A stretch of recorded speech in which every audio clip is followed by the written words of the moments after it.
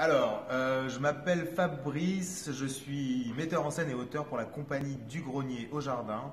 Aujourd'hui, on est au Théâtre Expression 7 à Limoges qui nous accueille pour notre création 2021, Bracon. Et c'est pour ça que je vais vous en parler un petit peu aujourd'hui. Enfin, je vais vous parler de là où on en est puisqu'on est en création et que le projet verra le jour cet été, l'été 2021. Au départ de ce projet, il y a la question du partage. C'est la question qu'on voulait aborder. Le partage sous toutes ses formes. Le partage des richesses, ou plutôt le non-partage des richesses, on pourrait dire. Le partage du moment, le partage de l'espace, le partage de la rue, le partage d'échanges de sourires. Voilà, toutes les formes de partage. Pour se poser cette question, ou plutôt pour faire en parler et surtout faire éprouver au public la question du partage, on a mis en scène deux formes qui vont cohabiter et finir par fusionner.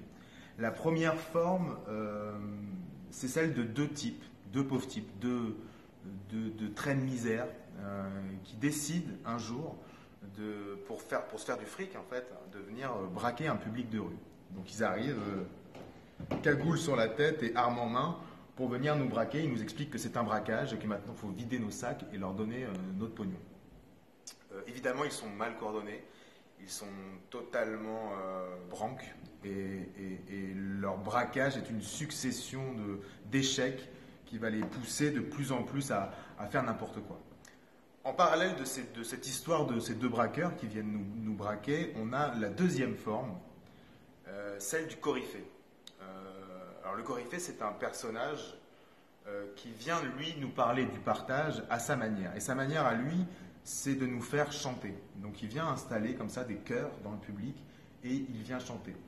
Il vient nous chanter le partage, il vient nous en parler aussi avec des textes savants. Et il nous parle c'est une sorte de conférencier comme ça, un peu improbable, mais la particularité de ce conférencier, c'est qu'il nous fait chanter et il nous fait partager quelque chose. Et donc ces deux formes vont cohabiter pendant une demi-heure, 35 minutes, avec des procédés théâtraux évidemment pour qu'on puisse bien comprendre qu'est-ce qui se passe sur la forme 1 et qu'est-ce qui se passe sur la forme 2. Mais elles vont non seulement cohabiter, mais le coryphée va se servir de l'exemple de ces deux braqueurs pour nous parler de sa vision du partage. Et puis elles vont finir par fusionner puisque les deux braqueurs, contraints et forcés de prendre des otages, vont prendre en otage aussi ce coryphée, ce qui va nous permettre de faire fusionner ces deux formes. Et c'est là où on en est un peu actuellement dans la création et dans l'écriture, pour aller vers une forme théâtrale.